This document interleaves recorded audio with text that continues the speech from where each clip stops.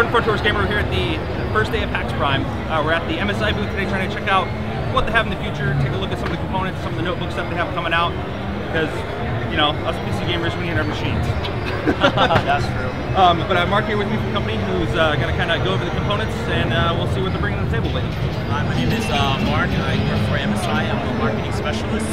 And here today, MSI is at PAX Prime 2013 for the first time. In 2 years, we haven't been here for a while. So this is the first time in 2 years that we're coming back. And we're going to start off with components. We have three segments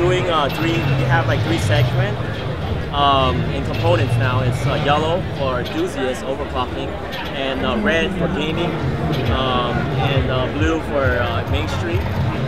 So that's the segment that we're doing with the color beam now. So let's start off with enthusiasts, which is a yellow game. The first one we have is the Z87, the new Intel chipset from Haswell. It's a Z87 M-Power Max that we have. It has a lot of features, very cool features. I noticed you guys have gone, at least in the type of styling, you kind of stepped up a notch a little bit.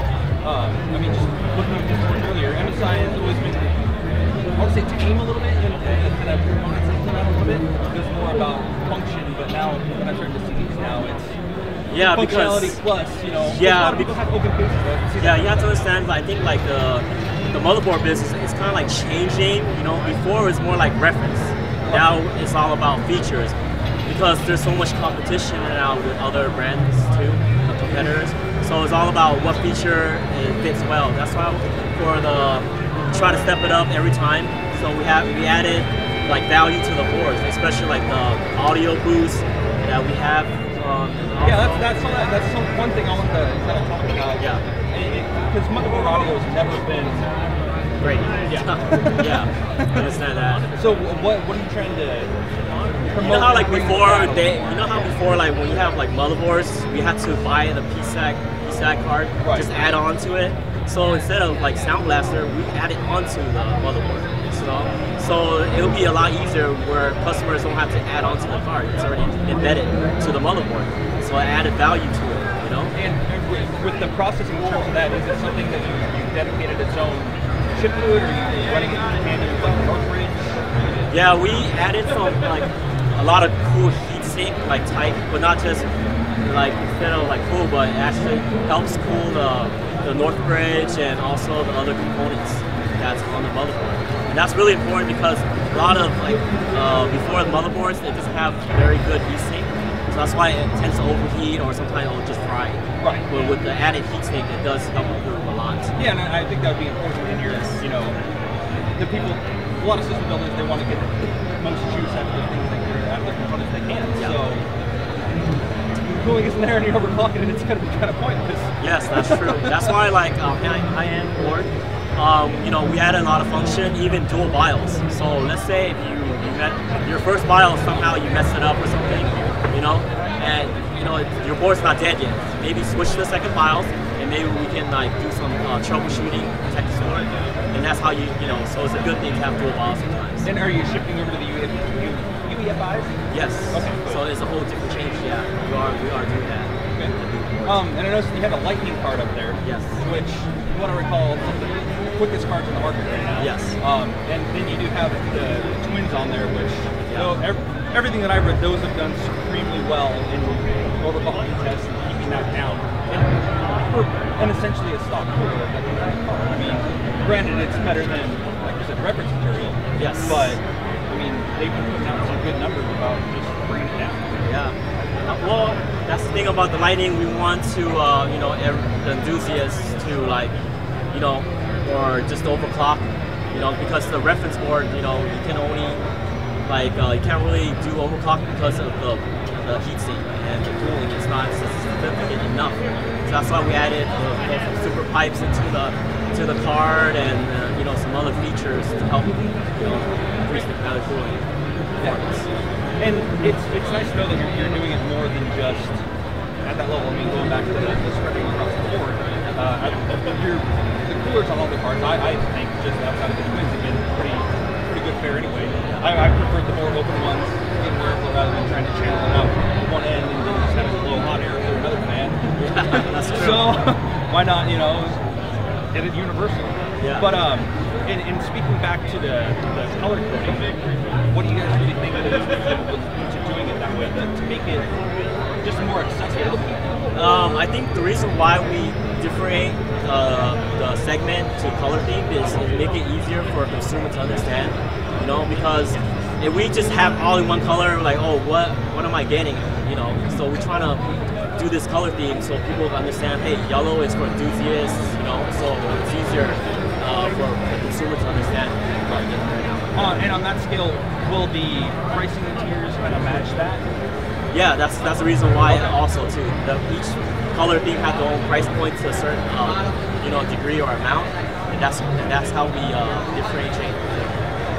And for somebody looking just something on paper, that makes it a lot easier just to filter out the results. Exactly. Okay, this is my budget. Here's my exactly.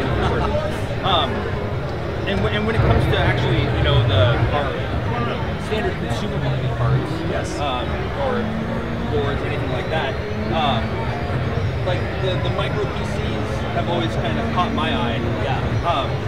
Do you see more of a trend going towards those and like ITX style boards rather than just the ATX, you know, a typical computer these days? Well, it depends. I mean, I think the mini board is getting more popular nowadays because it's, you know, it's something that is like smaller form. You know, it's like something new, I guess. You could say like a newer technology, newer design kind of thing.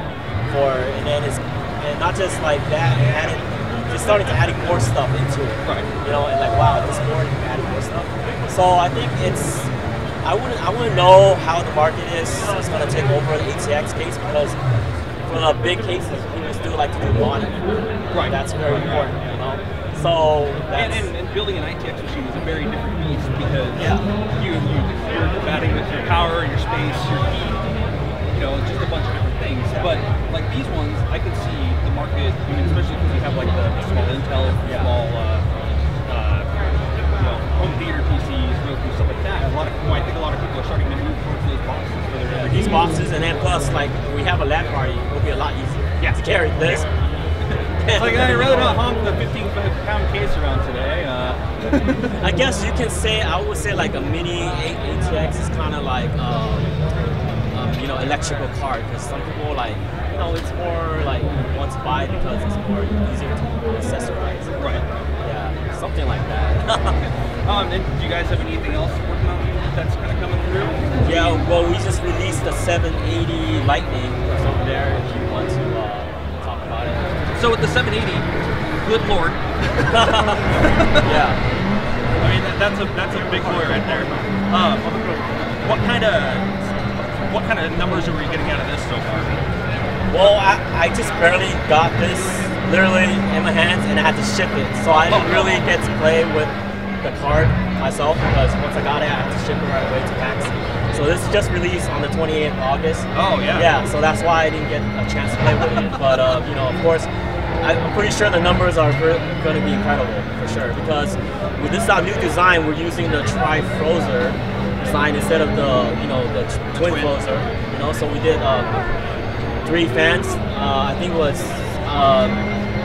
let's see, yeah, 2 90s MMs and 180 mm in the middle. Yeah. Fan, and all propeller blades fan. Yeah. And we also added 7 super pipe on the bottom. Oh yeah, wow. Yeah. So I'm pretty sure you're gonna get good cooling on this card when you try to overclock. And also, you can't really see it, we added a switch inside, a BIOS switch. There's one normal mode, and the other one is LN2 mode. So when you switch on to the LN2 mode, you can put LN2 on it and do a lot of crazy overclocking, extreme overclocking.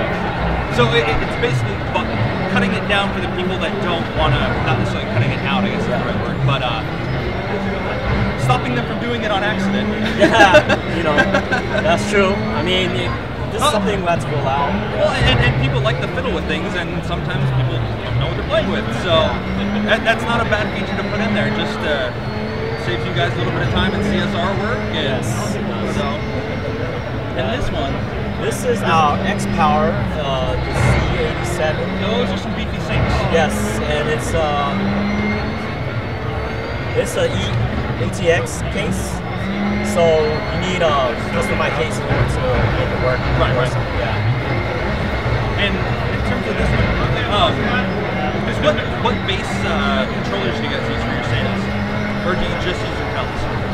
I'm not really too sure about that. Okay. Yeah, so, because some people use Marvells, and because you generally have your couple of these your main ones, your SATA 3s, and then a couple extra SATA 2s. Yes.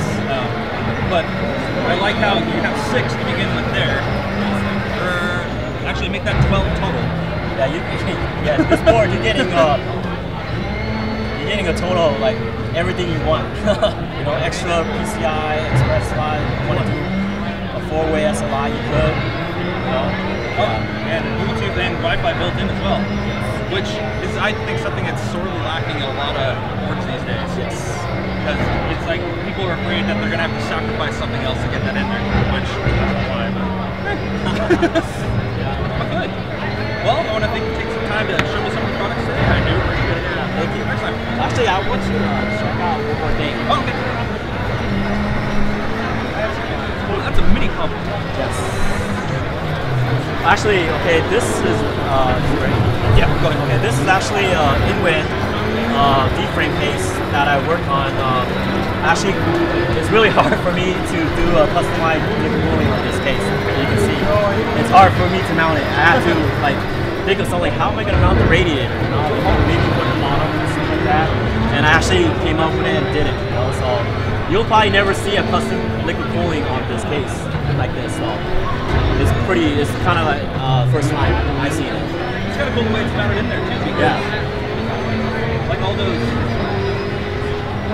plates and stuff like that. I mean, it's nice how they have these bushings on there just to kind of keep it in. Yes. But yeah, I can see how it would kind of be a pain to get this stuff to stick in there because you're also mounting this in burst. Yes. Exactly. So, and I really like what you do with the mini pump, especially because A, you need to save space. B, I mean, you can't do too much of a draw with those either. So it's always a challenge trying to do your own system. Yeah. But yeah, that's a pretty good job actually. I want to do more modding though. You can probably see me do some more modding later on. This is my first project that I was like, okay, let's just do something, put it together. I don't have like a month of time. Yeah. But I'm pretty sure next time I'll do something even more cooler. For sure. Thank you.